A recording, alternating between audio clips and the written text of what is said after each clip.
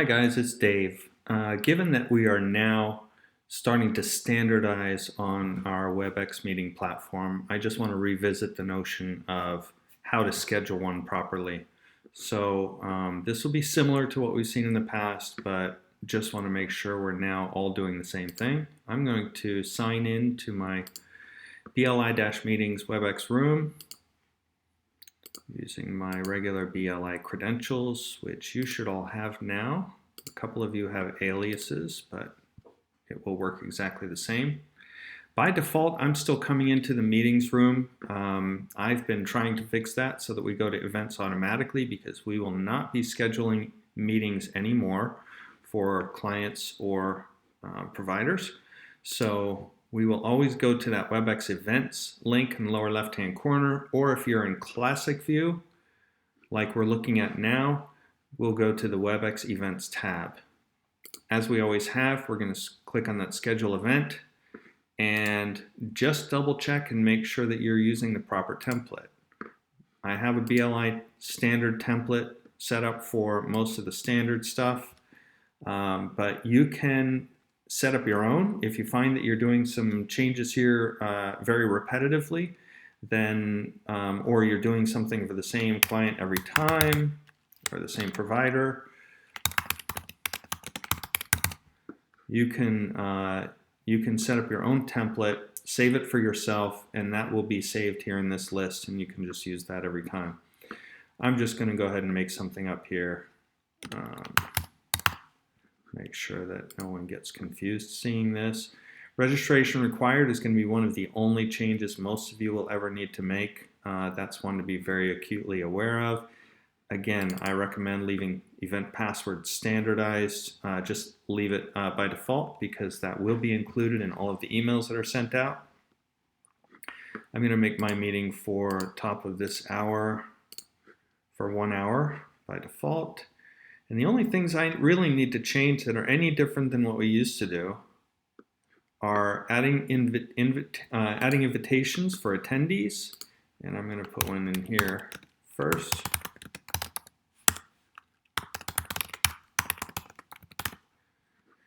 If you know it's someone that you're going to be adding for the future, I would recommend doing this, by the way, for either providers or clients, whoever it is who needs to get the attendee information. The attendee information. They're going to get an email here that they can just forward on to other people with all of that pertinent information. Click on the Add to Invitation List button, or if it is someone who's already in your contact list, you can grab them from here, put a check mark next to them. They'll show up in this list. You must remember to put a check mark here and click Invite. It's a few more steps than I would like it to be, but that's what WebEx has given us. We're going to do the same thing for panelists, but the important thing here is this one is going to go to the trainer.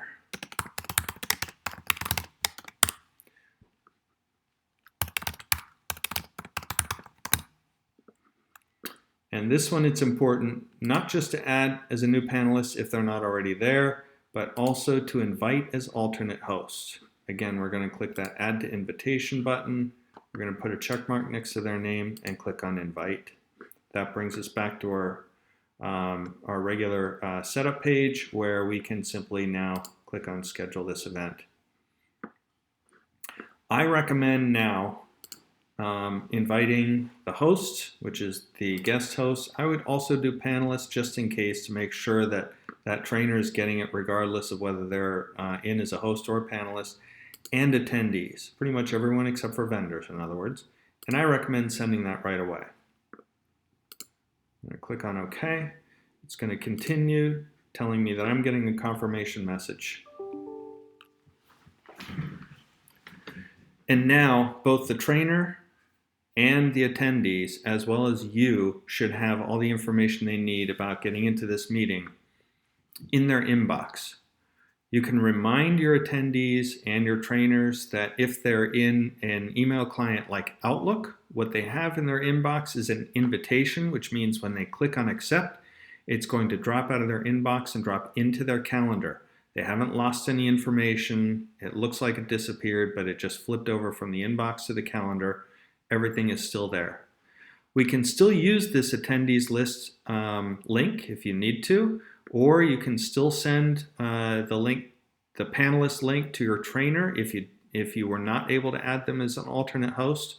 But you shouldn't need to do either of those things anymore once we have this new system set up. And from this point, it's simply a matter of starting the meeting when you're ready. Thank you for attending.